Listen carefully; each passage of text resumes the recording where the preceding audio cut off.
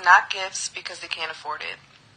It's not quality time because I find that like broke men, they're split 50-50. To get the memo that nobody really wants a black woman. The personality of a lot of black modern women is undesirable.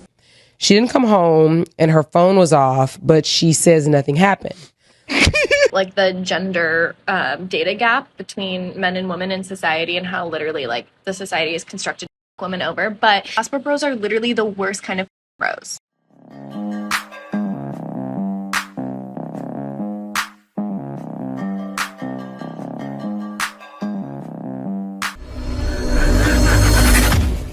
Hey guys, welcome back to More to Life. Before I get into this video, I ask that you like, comment, subscribe. Also, smash that notification bell just to be sure you get on my videos as soon as I release them. Let's get right into this. See what this is about. Broke man's love language is physical touch and words of affirmation. It's not gifts because they can't afford it. It's not quality time because I find that like broke men, they're split 50-50. There's broke men who they like are on a hamster wheel. You know, they constantly are working like a bunch of odd jobs or blue collar jobs or whatever, and they're not really making much money, so they have to keep working just to make a living, so therefore they don't have time to spend with you. Or they're extremely lazy and they just want to like spend all of their free time playing video games. And it's not acts of service because typically broke men are broke because they are lazy and they're not hard workers. And if they're not hard workers and they want to do the bare minimum in life, they don't really want to perform an act of service because that would require way too much energy. Physical touch and words of affirmation are free, and it's very easy for them to provide you with those love languages. So if those are his two main love languages, it's highly likely that he's broke.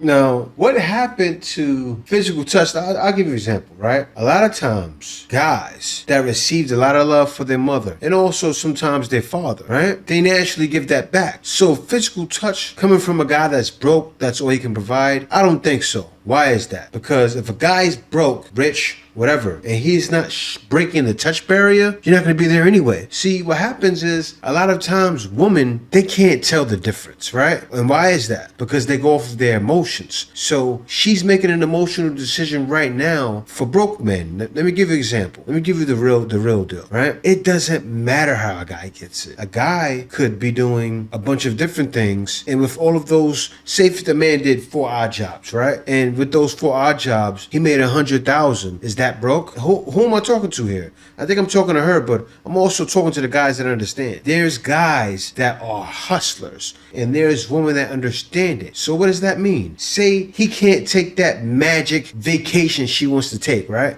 Which he shouldn't be doing right now because of the economy the way it is. But her, when she's computing her head to broke, I don't think she understands what broke is. Because if she was thinking like that, most of America right now is broke. Everybody needs to be doing whatever they could to make a dollar because the cost of living is skyrocketed. And listen, woman, you need to find somebody to partner with. You really do. Because talking about this broke and rich and waiting, you're gonna find yourself left desolate. No one there to help you, no one there to protect you, and you're gonna be up Poops Creek.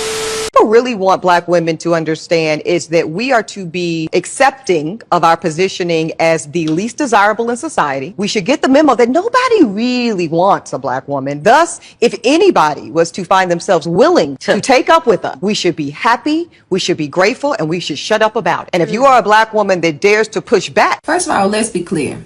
It's not that black women are undesirable. The personality of a lot of black modern women is undesirable. Thank you.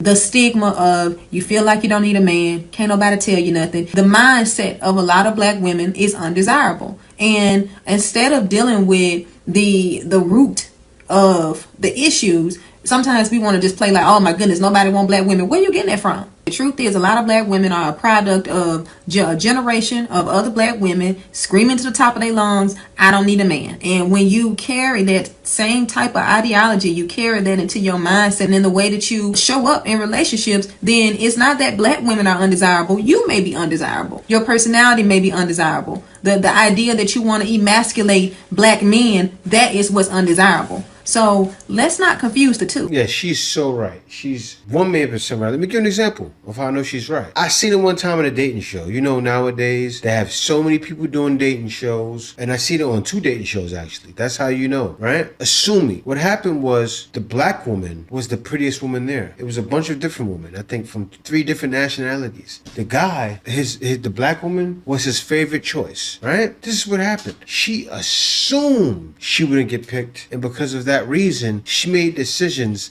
that led to her being disqualified when she was the top choice. Assuming. Same thing that woman is doing. Assuming, right? Well, even her herself. A lot of guys would say, I would rather get her. But as the woman explained, the attitude pushes men away. The automatic rejection pushes men away. Oh, I can't be with a nice guy. Pushes men away. It's so many different things. And will they ever realize it? No. Because they're so busy in their own heads, worried about how everyone's looking at them, that they can't get anything right.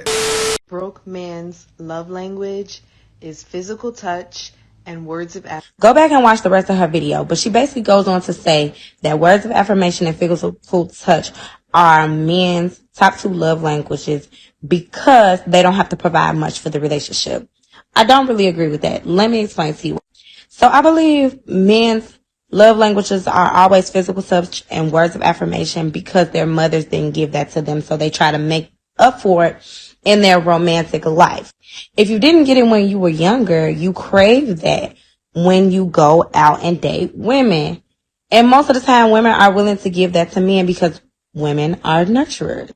I also think when you have a love language, that's how you want to be loved, not how you love other people. I think most people want to give love how they want to receive love, but if you're doing it like that, you're doing it all wrong.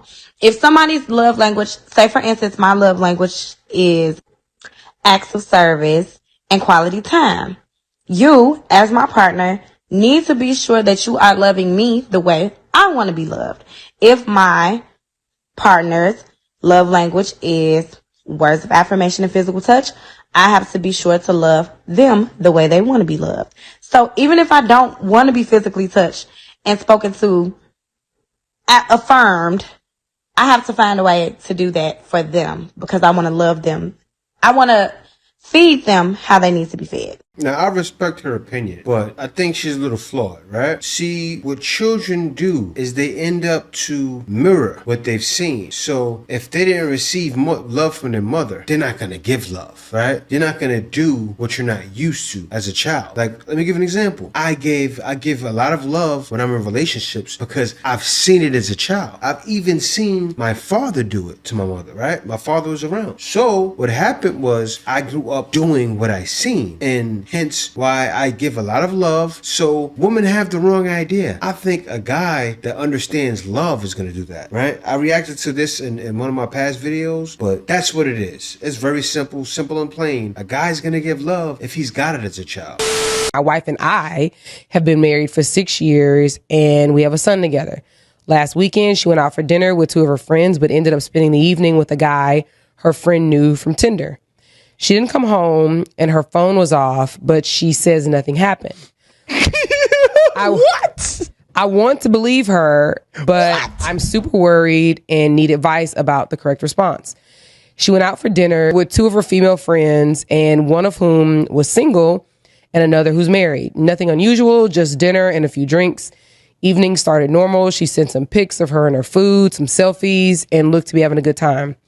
Then she sent me a slightly jokey message saying that her single friend had invited 2 Greek guys over who she had met previously on Tinder and who were in the city for the weekend to join them.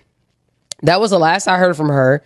She didn't come home as planned and didn't respond to any of my increasingly worried messages. She came home the next day at 10 a.m. Her phone had been off, so no way of seeing location. And no way of seeing location. This isn't normal. Thoughts? Get out! Get rid of her. I don't give a what she said. I don't care what she said.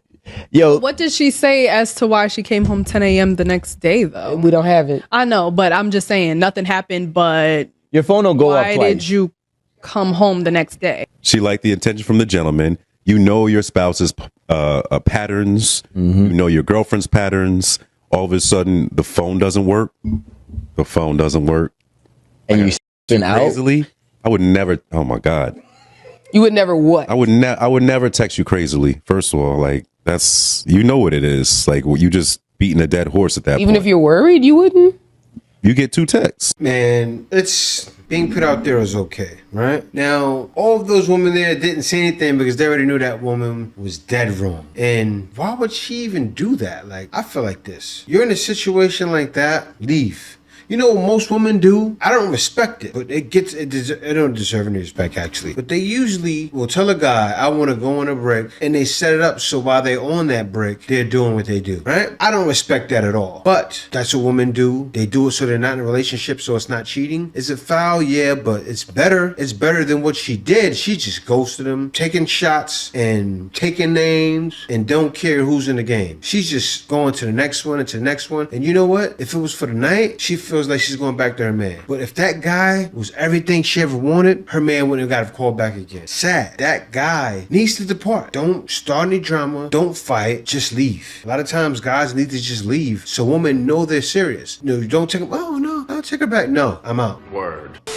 I just had a question. I'm just trying to tell all these young cats out there trying to come up, you know, like, where do you think they gotta go to? From your point of view, you know what I'm saying? What is the best advice you could give them? Because I be telling them, like, my best advice is they got to do it a whole new way, a different way, like they from another planet. But coming from you, coming from the man of men right now, tell them something good.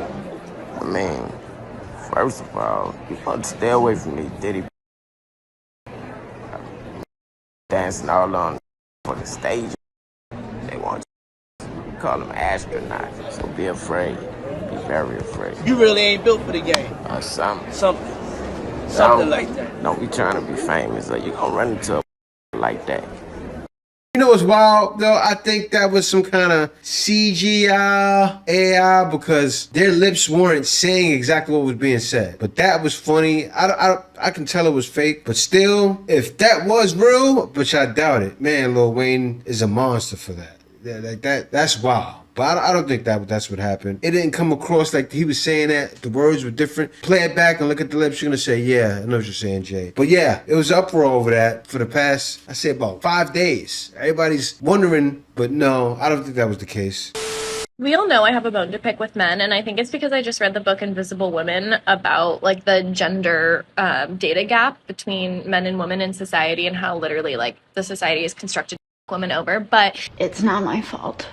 The TLC video that's going around that's like talking on the passport, bro. Oh, here we go again.